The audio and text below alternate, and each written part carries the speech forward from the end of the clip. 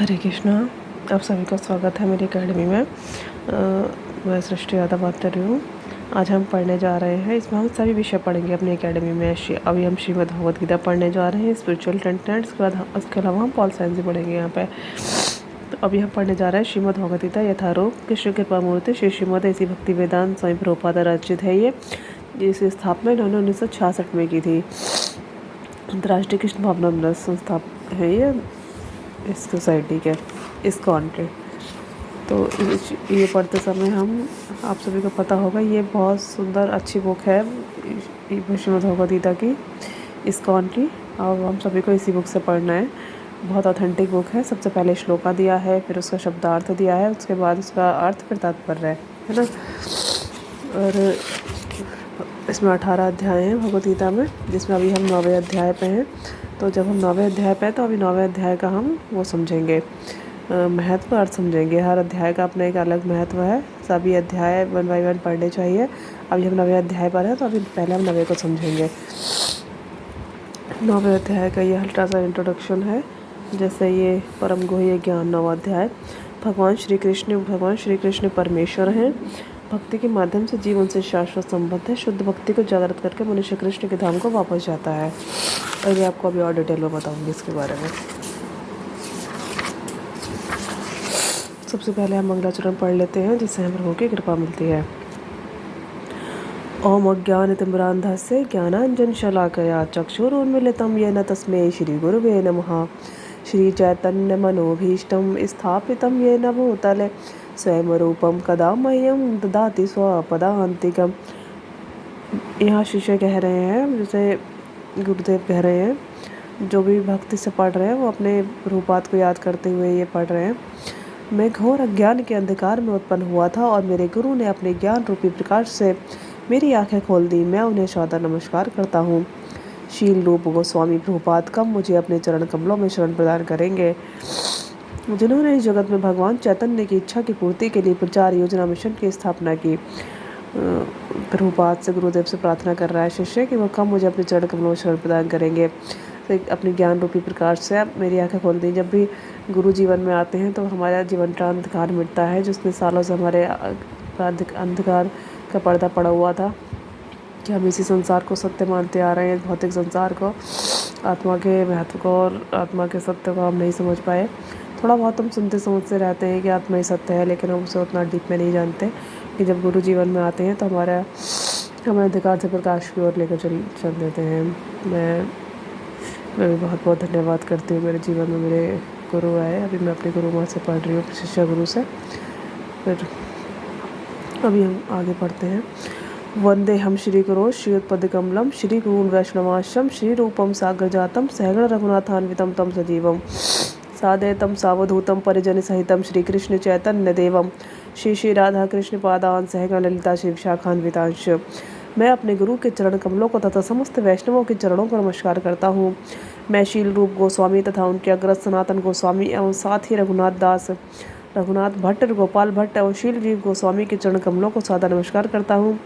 मैं भगवान कृष्ण चैतन्य तथा भगवान नित्यानंद के साथ साथ अद्वैत आचार्य गदाधर श्रीवास तथा अन्य पार्षदों को सादर प्रणाम करता हूँ। मैं श्रीमती राधा रानी तथा श्री कृष्ण को श्री ललिता तथा श्री विशाखा सखियों सहित सादर नमस्कार करता हूँ। ये भगवान के जितने भी पार्षद थे ना, जब भगवान यहाँ पर आए थे इस धरा पे, इस कलयुग में लोगों को उद्धार करने, तो उनके जो पार्षद थे, 5 पार्षद उनके साथ थे, उनके नाम दिए हुए हैं अद्वैताचार्य, गदाधर श्रीवास तथा अन्य पार्षद। और ये श्री राधा रानी की दोनों सखियाँ श्री ललिता तथा श्री विशाखा सखियों सहित नमस्कार करता हूँ। हे कृष्ण करुणा सिंधो दीनबंधो जगतपते गोपेश गोपिका कांत श्री राधा कांत नमस्तुते। हे कृष्ण, आप दुखियों के सखा तथा सृष्टि के उद्गम हैं। आप गोपियों के स्वामी तथा राधा रानी के प्रेमी हैं। मैं आपको सादर प्रणाम करता हूँ। भक्त जो है भगवान को प्रणाम कर रहा है। तप्त कांचन गौरांगी श्री राधे वृंदावनेश्वरी वृषभानुसुते देवी प्रणमामि हरिप्रिय। ये राधा रानी की महिमा का गुणगान किया गया है। मैं राधा रानी को प्रणाम करता हूँ, जिनकी शारीरिक कांति पिघले सोने के समान है, जो वृंदावन की महारानी है। आप राजा विश्वानु की पुत्री हैं और भगवान कृष्ण के अत्यंत प्रिय हैं। शारीरिक कांति पिघले सोने के सदृश है। राधा रानी की सुंदरता का वर्णन किया गया है। राजा विश्वानु की पुत्री है, जिसे करने के हम बिल्कुल भी लायक नहीं है, तो हमें ये जल्दी नहीं कोशिश करनी चाहिए। अब आप राजा विश्वानु की पुत्री हैं, भगवान कृष्ण को अत्यंत प्रिय हैं। वंशा कल्पतरुभ्यश्च कृपा सिंधु भयवच पतितानां पावनेभ्यो वैष्णवेभ्यो नमो नमः। मैं भगवान के समस्त वैष्णव भक्तों को सादा नमस्कार करता हूँ। वे कल्प वृक्ष के समान सबों की इच्छा पूर्ण करने में समर्थ हैं तथा पतित जीवात्माओं के प्रति अत्यंत दयालु हैं। समस्त वैष्णव भक्तों को सादा नमस्कार करता हूँ। ये श्लोक है जो हम क्षमा मांगते हैं। कहीं ना कहीं हमसे अगर कोई भी अपराध हो जाए पढ़ाते समय या समझाते समय, तो उसके लिए हम सभी भक्तों से पहले क्षमा मांग लेते हैं। जय श्री कृष्ण चैतन्य प्रभु नित्यानंद श्री अद्वैत गदाधर श्रीवासादि गौर भक्तवृंद। मैं श्री कृष्ण चैतन्य प्रभु नित्यानंद तथा प्रभु नित्यानंद श्री अद्वैत गदाधर श्रीवास आदि समस्त भक्तों को सादर प्रणाम करता हूँ। अब सभी हाथ उठा करके ये महामंत्र जपेंगे। कलयुग का जो महामंत्र है, हरे कृष्ण कृष्ण कृष्ण हरे हरे, हरे राम राम राम हरे हरे। अब हम शुरू करते हैं अपना श्लोक। अब हम पढ़ रहे हैं अध्याय 9। अध्याय 9 में ये अध्याय 9 है परम गुह्य ज्ञान। परम गुह्य ज्ञान क्या होता है? मतलब बहुत गुप्त ज्ञान। भगवान ये गुप्त ज्ञान सिर्फ अपने भक्तों को देते हैं, ऐसे हर किसी को नहीं देते हैं। जैसे अपने घर की जो अंदर की बात होती है, ये थोड़ा सा चित्र है भगवत गीता के। ये गुरुदेव है हमारे, गुरुदेव के प्रणाम। गुरु के आशीर्वाद से जीवन में कुछ भी संभव है, तो हमारे गुरुदेव हैं। और उनकी बात में हल्का सा अभी पहले दिन पढ़ रहे हैं, थोड़ा सा इंट्रोडक्शन दे देती हूँ। ये हमारे सारे स्वामी हैं, स्वामी जी से इससे इंट्रोडक्शन हम एक बार बाद में ले लेंगे, अच्छे से पढ़ लेंगे इसको। और ये 5 पार्षद हैं भगवान के। पार्षदों से संकीर्तन यज्ञ द्वारा पूजा करेंगे। ये जगन्नाथ दास बाबा जी महाराज, श्री भक्ति विनोद ठाकुर, जिन्होंने सभी भजनों की रचना की है। ये गुरुदेव प्रभुपाद के आचार्य है। श्री भक्ति सिद्धांत सरस्वती गोस्वामी महाराज, शील गौर किशोर दास बाबा जी महाराज हैं। तो और ये 5 पार्षद हैं भगवान के, जिनके साथ भगवान आए थे, जिनके अपने साथ लेकर के आए थे जब ये स्थापना करने आए थे यहाँ पे धर्म की। फिर से ये धृतराष्ट्र का चित्र दिया हुआ है। जब ये धृतराष्ट्र बैठे हैं इनके साथ, संजय के साथ सुन रहे हैं इनसे पूरी कथा। हे संजय, रणभूमि कुरुक्षेत्र में युद्ध की इच्छा से एकत्र हुए मेरे तथा पांडु के पुत्रों ने क्या किया। 1.1 है ये दिया हुआ है। मनुष्य की यात्रा जीव के रूप में जन्म लेता है, फिर बढ़ता है, बड़ा होता है, यंग होता है, बुढ़ापा आता है, फिर ख़त्म हो जाता है। जिस प्रकार मनुष्य पुराने वस्त्रों को त्याग कर नए वस्त्र धारण करता है, उसी प्रकार आत्मा पुराने तथा व्यर्थ के शरीरों को त्याग कर नवीन भौतिक शरीर धारण करता है। और उसके बाद ये 5 इंद्रियों का दिया हुआ है। घोड़े हैं 5 इंद्रियां, ये शरीर, मन, बुद्धि, अहंकार। प्रत्येक व्यक्ति इस भौतिक शरीर रूपी रथ पर आरूढ़ है और बुद्धि इसका सारथी है। मन लगाम है तथा इंद्रिय घोड़े हैं। इस प्रकार मन तथा इंद्रियों की संगति से यह आत्मा सुख या दुख का भोगता है। 6.34 है ये श्लोका। इसके बाद ये दिया हुआ है कि कैसे सत्वगुण, रजोगुण, ये जो 3 गुण होते हैं व्यक्ति के, कैसे खेल खेलते हैं साथ में। भगवान कृष्ण इन सब गुणों के स्वामी है। ये सब माया है जो व्यक्ति को ऐसे फंसाए रखती है जाल में। संसार के सारे भौतिक कार्यकलाप प्रकृति के 3 गुणों के अधीन संपन्न होते हैं। यद्यपि प्रकृति के 3 गुण परमेश्वर कृष्ण से उद्भूत हैं, फिर भी भगवान कृष्ण उनके अधीन नहीं होते। 7.12 है ना। और इसके बाद ये दिया हुआ है कि परमेश्वर कृष्ण सब स्वामी हैं। ये सब देवता हैं उनके नीचे, जो फल देते हैं हमें। किसी को धन चाहिए, किसी को विद्या चाहिए, किसी को कुछ और चाहिए, तो सबको अलग अलग धन देने वाले सब देवी देवता हैं। ये हमारी हालत है हम सब जीवों की, जो हम अलग अलग योनियों में ऐसे कष्ट पा रहे हैं, भोग रहे हैं। ऐसे कम बुद्धि वाले व्यक्ति देवताओं से अनुग्रह पाने की आशा करते हैं और ऐसी वस्तुएं प्राप्त करते हैं जो अस्थायी होती हैं और मृत्यु के समय समाप्त हो जाती हैं। वास्तव में ये सारे लाभ भगवान द्वारा ही प्रदान किए जाते हैं। 7.22 तात्पर्य। और इसके बाद एक ये चित्र दिया है योगी का। योग में स्थित योगी अपने शरीर को त्यागने के स्थान तथा समय की व्यवस्था कर सकते हैं। अन्य मनुष्यों का इस पर कोई वश नहीं होता।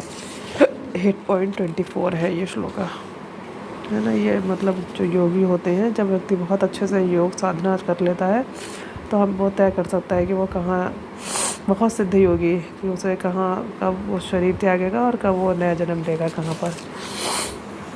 ये अगला है। मैं समस्त आध्यात्मिक तथा भौतिक जगतों का कारण हूँ। प्रत्येक वस्तु मुझसे उद्भूत है। जो बुद्धिमान या भली बातें जानते हैं वे मेरी प्रेम भक्ति में लगते हैं तथा हृदय से पूरी तरह मेरी पूजा में तत्पर होते हैं। 10.8 भगवान बता रहे हैं अपने बारे में। भगवान ने विश्व रूप का दर्शन दिया है अपने यहाँ पे। विश्व रूप दर्शन कर स्तब्ध हुए अर्जुन ने कहा, हे विश्वेश्वर, हे विश्व रूप में आपके शरीर में अनेक हाथ, पेट, मुख तथा आंखें देख रहा हूँ, जो सर्वत्र फैले हुए हैं, जिनका अंत नहीं है। आप में न अंत दिखता है, न मध्य, न आदि। 11.16 श्लोक का है ये। भगवान का विश्व रूप है। कितने सुंदर लग रहे हैं भगवान। न कोई आदि है, न कोई अंत है। ये यहाँ पर ये जीव की यात्रा दी हुई है। राधा रानी, ये सब हमारे भगवान सबसे सर्वोच्च, सबसे ऊपर। ये सब हमारे, ये शाश्वत अश्वत्थ वृक्ष वाला है चैप्टर 15 का। भौतिक जगत रूपी वृक्ष, अभी हम पुरुषोत्तम मास चल रहा है तो चैप्टर 15 हम सब पढ़ सकते हैं। भौतिक जगत रूपी आध्यात्मिक जगत रूपी वास्तविक वृक्ष का प्रतिबिंब मात्र है। इस भौतिक जगत रूपी वृक्ष में आसक्त रहने वाले मनुष्य की मुक्ति की कोई संभावना नहीं होती, लेकिन जो मनुष्य आध्यात्मिक जगत रूपी वृक्ष को समझ लेता है वह आत्मोन्नति कर सकता है। 15.1 तात्पर्य ये है नष्ट। यहाँ जैसे जीव जो अंतिम समय पे होता है, मृत्यु के समय पे, तो जैसी वो चेतना होती है उसकी, मतलब जैसे विचार वो कर रहा होता है वैसे ही उसे अगला जन्म मिलता है। अगर उसकी चेतना किसी पशु के समान है तो उसे पशु योनि में जन्म मिलेगा अगला। जो पशु वगैरह ज़्यादा खाते हैं, पालते हैं, उन लोगों के लिए यही करने का ही है। तो जैसे मेरी चेतना रहेगी, इसीलिए हमें कृष्ण भावनामृत की चेतना में रहने को कहा जाता है। ज़्यादा से ज़्यादा जो हम जीवन भर सोचेंगे वही हमें अंत समय पर भी हम वही विचार करेंगे। अचानक से कुछ नहीं हो जाता है। मृत्यु के समय जीव द्वारा विकसित की गई चेतना उसे दूसरे शरीर में ले जाती है। 15.8 आप लोग अगर कुछ भी दोबारा पूछना चाहें तो मुझसे पूछ सकते हैं कमेंट करके।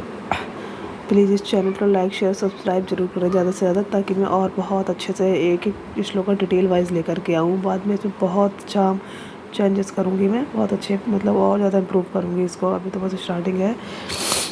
यदि इसके बाद ये है, ये जैसे जीव की चेतना है भाई, जो मैंने पिछला बताया उसी में है ये। यदि जीव ने अपनी चेतना पशु जैसी बना रखी है तो उसे पशु का शरीर प्राप्त होना निश्चित है।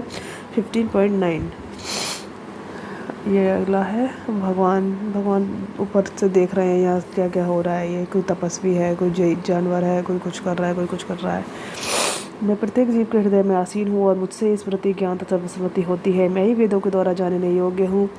निस्संदेह मैं वेदांत का संकल्प करता तथा समस्त वेदों का जानने वाला हूँ। 15.15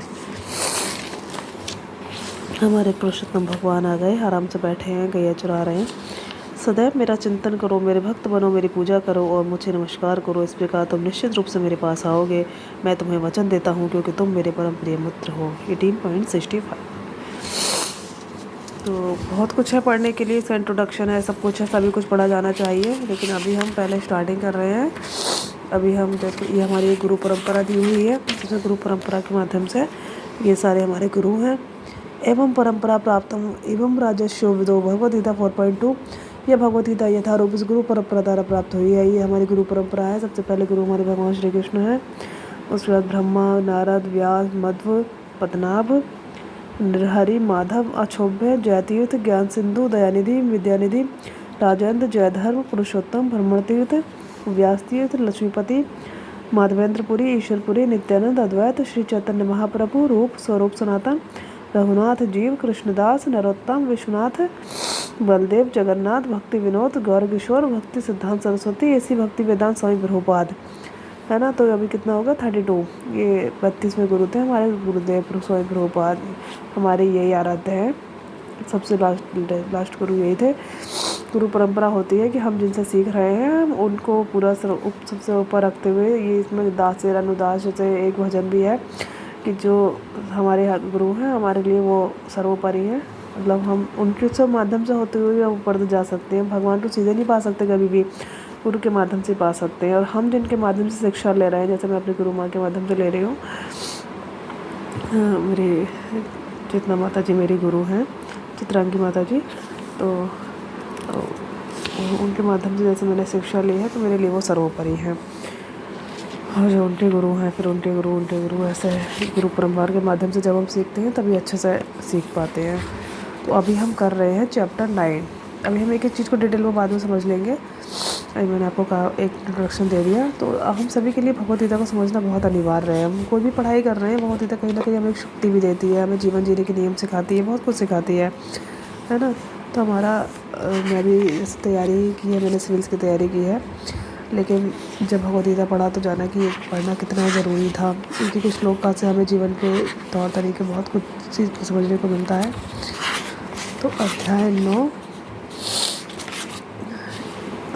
एक दिन इसको सारा एक एक करके भी पढ़ लेंगे, स्टार्टिंग से भी। परम गुह्य ज्ञान पढ़ रहे हैं हम। परम गुह्य ज्ञान ऐसा समझ लीजिए जैसे अध्याय 9 परम गुह्य ज्ञान, मतलब सबसे गुप्त ज्ञान। भगवान सबसे गुप्त ज्ञान किसे देते हैं हम लोग? सबसे अपने करीबी को। तो भगवान ये ज्ञान दे रहे हैं अपने भक्तों को। बिना भक्त के माध्यम से हम भगवद गीता कभी नहीं समझ सकते उस वे में जिसमें भगवान समझाना चाह रहे हैं, जैसे भगवान अपने भक्त अर्जुन को समझा रहे हैं। मैं एक बार इसे इस केवल श्लोका इसके सारे पढ़ लेती हूँ, बाकी हम तात्पर्य वो समझेंगे जो अभी मैं पढ़ रही हूँ जिसको, ठीक है, अपनी गुरु माँ से जो मैं पढ़ रही हूँ। और एक बार तात्पर्य थोड़ा और अर्थ पढ़ लेते हैं ताकि थोड़ा समझ पाए आसानी से। श्री सबसे पहला श्लोक है हमारा। श्री भगवान वाचा इदं तो ते गुहितं प्रवक्ष्याम्यहं सूयवे ज्ञानं विज्ञानसहितं यज्ञात्वा मोक्षसे अशुभात्। तो इसमें भगवान कह रहे हैं कि श्री भगवान ने कहा, हे अर्जुन, चूंकि तुम मुझसे कभी ईर्ष्या नहीं करते, इसलिए मैं तुम्हें ये परम गुह्य ज्ञान तथा अनुभूति बतलाऊंगा, जिसे जानकर तुम संसार के सारे क्लेशों से मुक्त हो जाओगे। देखो भगवान ये अपना ज्ञान जो है ये उसी व्यक्ति को देते हैं जो भगवान से ईर्ष्या नहीं करता, भगवान से प्रेम करता है ना, ऐसे लोग को भगवान ज्ञान देते हैं। यहाँ पे लिख रहा है कि जो इस ज्ञान को आत्मसात करे वह आत्मसात दिशा में अवश्य प्रगति करेगा। और मैं इसे डिटेल में नहीं पढ़ूंगी वरना ये बहुत लंबा हो जाएगा। इसे हम एक बार बस देख लेते हैं कि क्या क्या बताया गया है। यह ज्ञान सब विद्याओं का राजा है, जो समस्त रहस्यों में सर्वाधिक को प्रिय है। यह परम शुद्ध है, चूँकि यह आत्मा की प्रत्यक्ष अनुभूति कराने वाला है। अतः यह धर्म का सिद्धांत है, यह अविनाशी है और अत्यंत सुखपूर्वक संपन्न किया जाता है।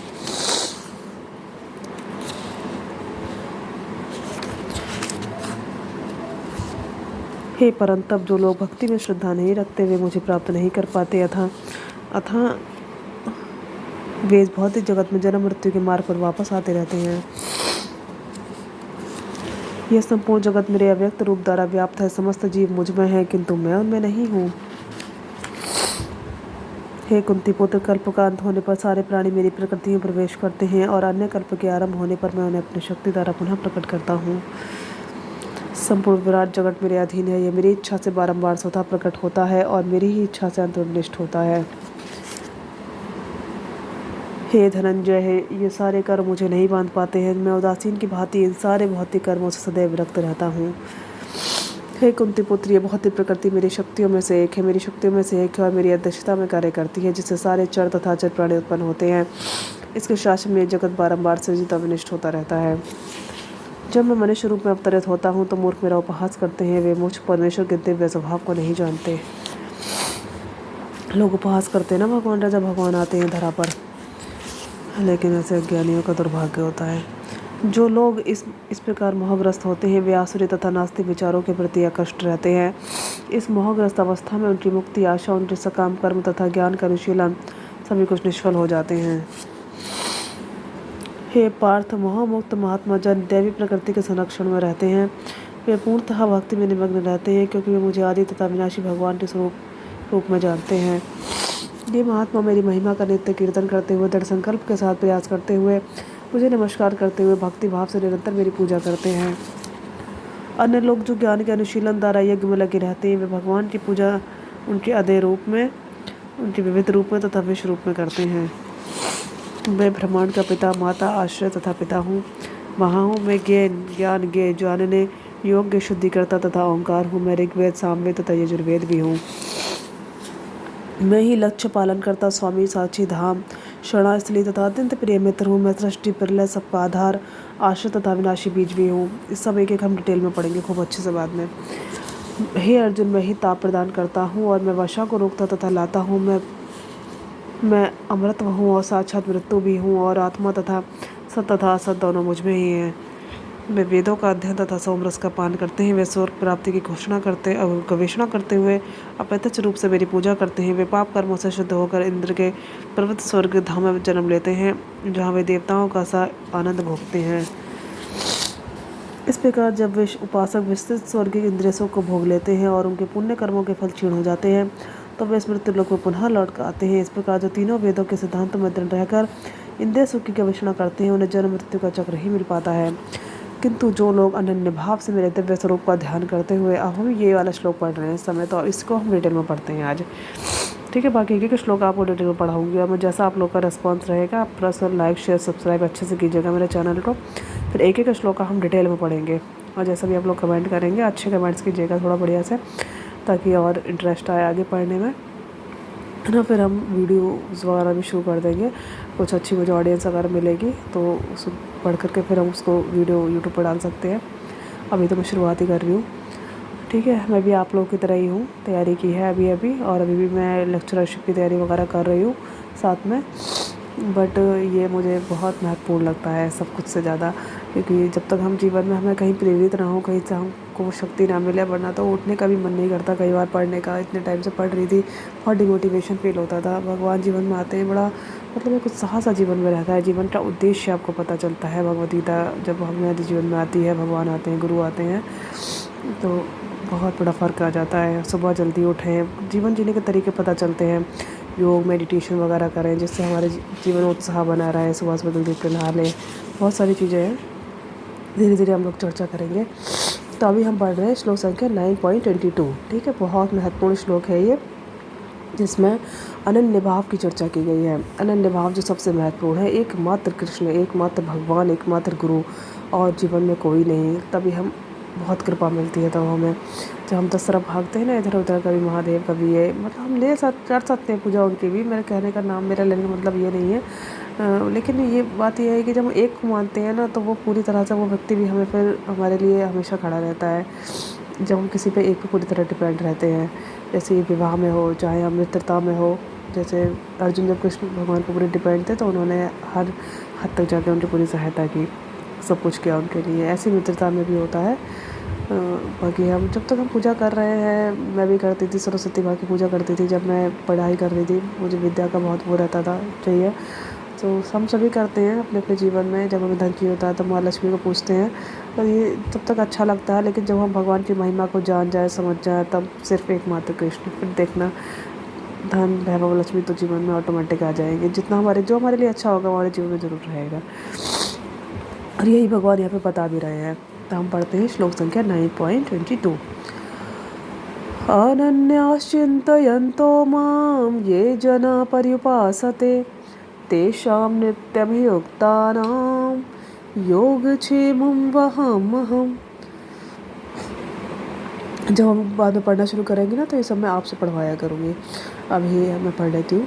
अनन्या, जिसका कोई अन्य लक्ष्य ना हो, अनन्य भाव से चिंतयन्तः, चिंतन करते हुए, माम मुझको, ये जो जना व्यक्ति पर्युपासते ठीक से पूजते हैं, तेषाम उन नित्य सदा अभियुक्तानाम भक्ति में लीन मनुष्यों की योग आवश्यकताएं, क्षेमम सुरक्षा आश्रय वहामी वहन करता हूँ अहम मैं। किंतु जो लोग अनन्य भाव से मेरे दिव्य स्वरूप का ध्यान करते हुए निरंतर मेरी पूजा करते हैं, उनकी जो आवश्यकताएं होती हैं उन्हें मैं पूरा करता हूँ, और जो कुछ उनके पास है उसकी रक्षा करता हूँ। जब तक हम चीज़ों को डिटेल में अच्छे से नहीं समझते हैं ना सही रूप में, तब तक हम ऐसे इधर उधर सुनते रहते हैं कुछ भी। अनन्य भाव मतलब एकमात्र कृष्ण, एकमात्र गुरु, है ना। अभी मैं इन शॉर्ट थोड़ा थोड़ा बताती हूँ। जो मेरे दिव्य स्वरूप का, भगवान का जो दिव्य स्वरूप है उसका ध्यान करते हुए निरंतर, मतलब ये नहीं है कि अभी है कभी नहीं है, 24 आवर्स ऐसा समझ लीजिए। अभी डिटेल में आएगा इसमें तात्पर्य में, 24 आवर्स मेरी पूजा करते हैं और उनकी जो आवश्यकताएं होती हैं उन्हें मैं पूरा करता हूँ। मतलब हमें जो चाहिए, मैंने कहा ना अभी हमारे जीवन में धन की आवश्यकता है, या हमारे जीवन में किसी और की ज़रूरत है, हमारे बच्चे स्वस्थ रहें, उन्हें मैं पूरा करता हूँ। खाने पीने की हमारी ज़रूरतें हैं, और जो कुछ उनके पास है उसकी रक्षा करता हूँ। ये जो अफवाहें उड़ाई जाती है ना कि भगवान सब छीन लेते हैं, वो एक बात है कि क्योंकि जब तक आप तब भी भगवान को याद नहीं करते ना जीवन में, जब सब कुछ होता है तो कुछ चीज़ें हटाई भी जाती हैं ताकि आप भगवान की तरफ मुड़ो, फिर से वापस आओ। लेकिन असल में जो अर्थ है बात वो ये है कि उन्हें मैं पूरा करता हूँ, और जो कुछ उनके पास है उसकी रक्षा करता हूँ। भगवान रक्षा करते हैं, भगवान जब हमारे जीवन में होते हैं ना, और जब हम नहीं जान रहे होते हैं ना, तब भी वो हमेशा हमारी रक्षा करते हैं। ये जीवन हम एक क्षण भी जी नहीं सकते ईश्वर के बिना। ये जो सांसें ले रहे हैं भगवान की दी हुई है, पृथ्वी अग्नि जल वायु आकाश सब समस्त संसार उनका बनाया हुआ है। सारी चीज़ें हम डीपली अच्छे से बाद में समझेंगे धीरे धीरे, लेकिन तो उनके बिना हम एक क्षण भी नहीं जी सकते हैं हकीकत में। लेकिन जब तक हमें नहीं पता होता है, हम ये वही मन बुद्धि अहंकार इस सब में फंसे हुए हैं। समझ, ये जो 5 इंद्रियां हैं हमें दौड़ाती रहती हैं। ये वही आँख नाक कान त्वचा, आँख नाक कान त्वचा और 5वीं इंद्रिय आँखें नाक कान त्वचा और हाँ ठीक है, कोई बात नहीं है। तो फिर इसके बाद हम इसका तात्पर्य समझ लेते हैं। जो एक क्षण भी कृष्ण भावनामृत के बिना नहीं रह सकता, वह 24 घंटे, देखिए 24 घंटे कृष्ण का चिंतन करता है और श्रवण कीर्तन स्मरण पाद सेवन वंदन अर्चन दास से सख्य भाव या आत्मनिवेदन के द्वारा भगवान के चरण कमलों की सेवा में रत रहता है। ऐसे कार्य शुभ होते हैं और आध्यात्मिक शक्ति से पूर्ण होते हैं, जिससे भक्त को आत्म साक्षात्कार होता है और उसकी यह एकमात्र कामना रहती है कि वह भगवान का सानिध्य प्राप्त करे। ऐसा भक्त निश्चित रूप से बिना किसी कठिनाई के भगवान के पास पहुंचता है, वह योग कहलाता है। ऐसा भक्त भगवत कृपा से इस संसार में पुनः नहीं आता। क्षेम का अर्थ है भगवान द्वारा कृपा में संरक्षण। भगवान योग द्वारा पूर्णतः कृष्ण भावना भावित होने में सहायक बनते हैं, और जब भक्त पूर्ण कृष्ण भावना भावित हो जाता है तो भगवान उसे दुख में बद्ध जीवन में फिर से गिरने से उसकी रक्षा करते हैं। देखिए यहाँ पर दो तीन चीज़ें बताई गई हैं। सबसे पहले तो ये बताया गया है कि जो एक क्षण भी कृष्ण भावना के बिना नहीं रह सकता, वह 24 घंटे कृष्ण का चिंतन करता है। श्रवण कीर्तन स्मरण पासवानी जो नवदा भक्ति होती है भगवान की, नवदा भक्ति भगवान को पाने के 9 रास्ते है ना, इसमें सबसे महत्वपूर्ण वैसे श्रवण होता है। भगवान के बारे में जब हम सुनते हैं तो बाकी सारी चीज़ें हमारे अंदर धीरे धीरे उत्पन्न होती हैं। श्रवण सबसे ज़्यादा भगवान को सुनना, कीर्तन भगवान के नाम जाप का कीर्तन, जैसे हमारा हरे कृष्ण महामंत्र है, हरे कृष्ण कृष्ण कृष्ण हरे हरे, हरे राम राम राम हरे हरे। हमें कलयुग के इस जीवन से मुक्ति प्रदान करने वाला महामंत्र है ये। तो इसका हम कीर्तन करें ज़्यादा से ज़्यादा। हरे कृष्णा इसे गा के इसका कीर्तन करें। सब चैतन्य महाप्रभु ने किया था, इसी का सबसे ज़्यादा उन्होंने प्रचार किया था। तो भगवान को याद करना, इसके अलग अलग जो हैं वो हैं, उदाहरण भी है। श्रवण के परीक्षित महाराज हैं जिन्होंने 7 दिन पूरी कथा सुनी थी सुखदेव गोस्वामी से। कीर्तन के सुखदेव गोस्वामी हैं। स्मरण के प्रहलाद महाराज हैं। पाद सेवन के लक्ष्मी हैं। और वंदन के हैं, मैं इसे आपको मुझे थोड़ा सा पढ़ करके बताना होगा।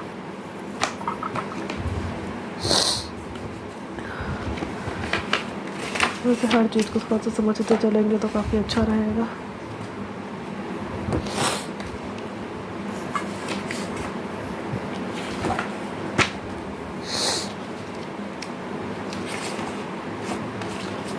अगर नहीं होगा तो मैं फिर आपको थोड़ा सा बाद में ये चीज़ बता दूँगी अच्छे से। डायरी मुझे मिल गई है फ़िलहाल, ये डायरी है मेरी। थोड़ा शॉर्ट नोट्स हमने बना रखा है। तो इसमें शिवरम का हमने सुन लिया, कीर्तन के स्मरण के प्रहलाद महाराज हैं। पाद सेवनम की लक्ष्मी हो गई। अर्चनम के कौन है, महाराज पृथु का है, इनके बारे में हम धीरे धीरे सबका बाद में जानेंगे। वंदनम के हैं अक्रूर महाराज हैं। दास्यम के हनुमान जी हैं, हम सभी जानते हैं दास्यम में हनुमान जी हैं। और साख्यम के हैं अर्जुन। मित्रभाव, आत्मनिवेदन मतलब स्वयं को भगवान को समर्पित कर देना पूरी तरह से, है ना, मन बुद्धि अहंकार सब कुछ। और इसके हैं राजा बलि। दास्यम मतलब दास्य भाव, पूरी तरह से भगवान के हम दास हैं, जो वो कहेंगे वो हम करेंगे। साख्यम अर्जुन है। मित्र भाव, भगवान को अपना सबसे अच्छा मित्र मानकर उनसे संबंध स्थापित करना। वंदनम ईश्वर की स्तुति है, वंदना करना। अर्चनम है विधि विधान प्रेम पूर्वक अर्चा वगैरह की सेवा करना। पाद सेवन और चरणों की सेवा, माता लक्ष्मी है, भगवान के चरणों की सेवा करना।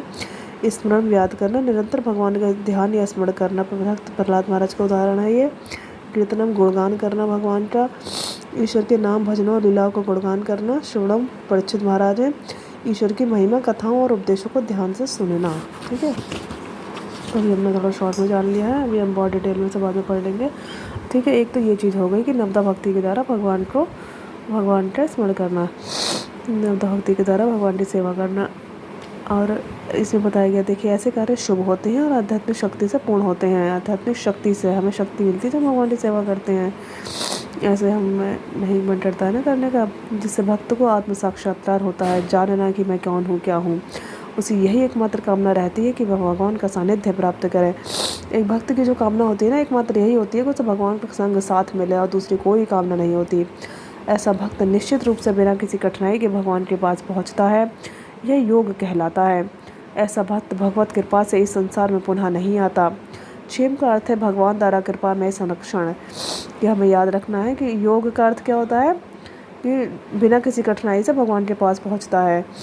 भगवान का सानिध्य प्राप्त करना योग। ऐसा भक्त भगवत कृपा से इस संसार में पुनः नहीं आता। क्षेम का अर्थ है भगवान द्वारा कृपा में संरक्षण। यह हमें याद रखना है। भगवान योग द्वारा पूर्णतः कृष्ण भावना भावित होने में सहायक बनते हैं, और जब भक्त पूर्ण कृष्ण भावना भावित हो जाता है तो भगवान उसे दुख में बद्ध जीवन में फिर से गिरने से उसकी रक्षा करते हैं। देखिए, हम कृष्ण भावना भावित में आ तो जाते हैं, अच्छे से भगवान की भक्ति कर रहे हैं, सब पढ़ रहे हैं, जान रहे हैं, लेकिन फिर भी हम ना जो कई बार भटक जाते हैं। कई बार जैसे हम लोग गुरु का उतना मान नहीं कर पा रहे हैं, या फिर हम कई बार भक्तों के संग में आ जाते हैं। ऐसी ऐसी चीज़ें कर रहे थे ना, कई बार हमारा चांस रहता है कि हम भक्ति के बावजूद भी भक्ति के पथ से हम विलग हो जाएं, दूर हो जाएं। फिर भगवान हमारी रक्षा करते हैं कि हम इस पथ हम फिर से वो हमें दुख में बद्ध जीवन में फिर से गिरने नहीं देते, हमारी रक्षा करते हैं। तो यही इसमें बताया गया है, वो हमेशा हमारी रक्षा करते हैं।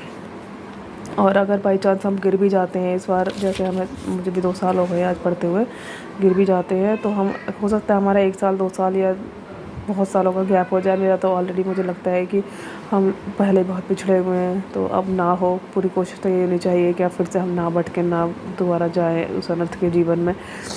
तो हम भटक जाए तो हो सकता है हम अगले जन्म में और उससे अगले जन्म में हमें फिर से भक्ति का जीवन मिले, भक्तों का संग मिले, ऐसा घर परिवार मिला जहाँ हम खूब अच्छे से भक्ति कर पाएँ। तो हम पहले ही बहुत भटके हुए हैं, हमारा प्रयास ये होना चाहिए हमें और ना भटकना पड़े। तो ज़्यादा से ज़्यादा महामंत्र का कीर्तन करें या भक्तों के संग से बचें, और लोगों को भक्त बनाने का प्रयास करें, किसी के प्रति बुरा भाव ना रखें, सारी ये सब चीज़ें हों। ठीक है, तो ये बहुत सुंदर श्लोका था जो हमने किया है, श्लोका 9.22। आप लोग बहुत अच्छे से लाइक शेयर सब्सक्राइब कमेंट करें मुझे, और हमारा एक अलग से अगर अच्छा ग्रुप बना बाद में, कुछ लोग अगर बहुत अच्छे से चाहें पढ़ना तो हम गूगल मीट या जूम के थ्रू भी पढ़ सकते हैं बाद में, है ना। अभी इस पर तो मैं और भी चीज़ें पढ़ाऊँगी अपने इस चैनल पे। तो जितना ज़्यादा आप कमेंट करोगे, लाइक करोगे, सब्सक्राइब करोगे तो मुझे थोड़ा आसानी रहेगी, फिर इंटरेस्ट लोगों को पता चलेगा पढ़ाने में। और आपकी इच्छा अनुसार आप जैसे चाहे वैसे भी मैं पढ़ा सकती हूँ, क्योंकि यंग लोगों से जुड़ना मुझे काफ़ी पसंद है। यंग लोगों से, बच्चों से, या फिर मदर्स भी हो उनसे भी। मदर से मैं बहुत कनेक्ट रहती हूँ, क्योंकि चूँकि मेरी अपनी मदर नहीं रही है और जो मेरी गुरु माँ मुझे मिली, तो कहीं ना कहीं भाव मुझे मिला। तो आप सब लोगों के लिए हमेशा मैं रेडी हूँ, कुछ भी आप पढ़ना चाहें। और इसी चैनल पे हम पॉलिटिकल साइंस भी पढ़ेंगे। वैसे मैंने यूजीसी नेट क्वालिफाई किया हुआ है पॉल साइंस में, यूजीसी नेट क्वालिफाइड किया, असिस्टेंट प्रोफेसर वगैरह की तैयारी भी अभी फ़िलहाल मैं कर रही हूँ। एग्ज़ाम भी दिया है मैंने, सिविल्स की तैयारी की है यूपीएससी की, दिल्ली में रह करके। तो भगवत गीता अब मेरे जीवन में आई। जब ये जीवन में आई तो लगा कि सारा ज्ञान वो मुझे छोटा ही लगा इस ज्ञान के आगे। बहुत ज़्यादा मुझे प्रसन्नता हुई जब मेरे गुरु मेरे जीवन में आए। बहुत ब्लेस्ड फील किया मैंने कि मतलब गुरु का आना जीवन में क्या होता है, इसी को मुझसे पूछा। मतलब मेरे जीवन में माता पिता इतना ज़्यादा रहा नहीं, क्योंकि माँ बहुत टाइम हो गया जब नहीं थी, तो मुझे सीखने को कहीं से बहुत ज़्यादा मिला नहीं। जो एक गाइडेंस होती है तो मुझे मेरे गुरु माँ के माध्यम से मिला। तो बहुत बड़ा महत्व है जीवन में गुरु का। तो मैं प्रार्थना करूँगी आप सभी के जीवन में गुरु आएँ। और अभी आप फिलहाल, लेकिन जो हम इच्छा करते हैं श्रद्धा से का मन हृदय से किसी चीज़ की, तो वो चीज़ हमारे जीवन में ज़रूर आती है। मेरे जीवन में एक बहुत बड़ा इंसिडेंट घटा। मेरी दीदी नहीं रही, मतलब अभी 2 साल हुए। उसी दौरान सबसे पहले भगवान की बहुत याद आई उस समय, जब हॉस्पिटल में थी वो। मतलब इलाज चला उनका, और मैं सब कुछ देख रही थी चुपचाप से। एंड टाइम पे उनके साथ भी नहीं रह पाई, चुपचाप देख रही थी। मतलब बहुत एकदम से इंसान होपलेस, वो हेल्पलेस जो हो जाता है कि देख रहे हैं, समझ रहे हैं कि सब कुछ ठीक नहीं हो रहा है, फिर भी कुछ नहीं कर पा रहे हैं। और भगवान को बहुत याद किया उस समय, चैंटिंग शुरू की, राधा नाम जाप शुरू किया। फिर रामानंद महाराज को देखा, तभी शुरू किया। उसके बाद धीरे धीरे 1-1.5 महीने के अंदर ही मेरे भगवान से जुड़ना हुआ, मेरा घर वापस लौटना हुआ। हम चंदौसी के रहने वाले हैं, हम चंदौसी रहते हैं, मुरादाबाद यूपी से। दिल्ली रहते थे, हम तैयारी करते थे। उसके बाद ही हमारा भगवान से जुड़ना हुआ। तो अभी ठीक है, मैं बहुत ज़्यादा डिटेल अभी नहीं बताना ठीक होगा, तो आप सभी इसे पढ़ें समझें। और इसके बाद हम अभी भी फर्स्ट टाइम था, इसलिए मैंने इतना कुछ बताया, कहा एक एक श्लोका को लेंगे, उसका डिटेल एक्सप्लेनेशन करेंगे। भगवद गीता ऐसी है ना कि एक श्लोक का 4 घंटे व्याख्यान हो सकता है। इस श्लोक पे 1 मिनट में शॉर्ट में भी पढ़ सकते हैं और 10-15 मिनट में भी पढ़ सकते हैं। तो हम डिफरेंट वे में ट्राई करेंगे, और आप लोग बहुत अच्छा रिस्पॉन्स दीजिएगा, और उसी के अकॉर्डिंग हम चीज़ों को बहुत बढ़िया वे में कर पाएंगे। ठीक है, तो हम अपने अकेडमी में पॉल साइंस भी पढ़ेंगे, इसके अलावा राजनीति विज्ञान भी। उसमें भी आप मुझे सजेशन दे सकते हैं, बट ये मेरा बहुत मेन कंटेंट रहेगा, इसे पढ़ेंगे तभी हम वो चीज़ें ज़्यादा अच्छे से पढ़ पाएंगे। तो जय जय गुरुदेव, गुरु की कृपा बनी रहेगी तो ये चीज़ें आगे अच्छे से पढ़ पाएंगे। जय गुरुदेव, जय गौर निताई। हरे कृष्ण कृष्ण कृष्ण हरे हरे, हरे राम राम राम हरे हरे। नमो विष्णुपादाय कृष्ण प्रेष्ठाय भूतले श्रीमती भक्ति वेदांत स्वामी निधि नामिने नमस्ते सरस्वती देवी गौरवाणी प्रचारिणे निर्विशेष शून्यवादी पाश्चात्य देश सारिणे। जय श्री कृष्ण, हरे कृष्ण। आप सभी अपना ध्यान रखें, अपनी तबीयत का, अपने स्वास्थ्य का, अपनी पढ़ाई का, सभी चीज़ों का, और अच्छा रिस्पॉन्स दें। और आगे वो कुछ और किसी तरह से पढ़ना चाहें तो बता सकते हैं, वरना मैं अपने तरीके से आपको बेस्ट प्रोवाइड करूँगी हमेशा, क्योंकि मैंने भी बहुत टाइम दिया है स्टडी को, पढ़ाई को, तो जो भी अनुभव गुजरा है। अभी फिलहाल के लिए हम अभी समाप्त करते हैं। हरे कृष्णा।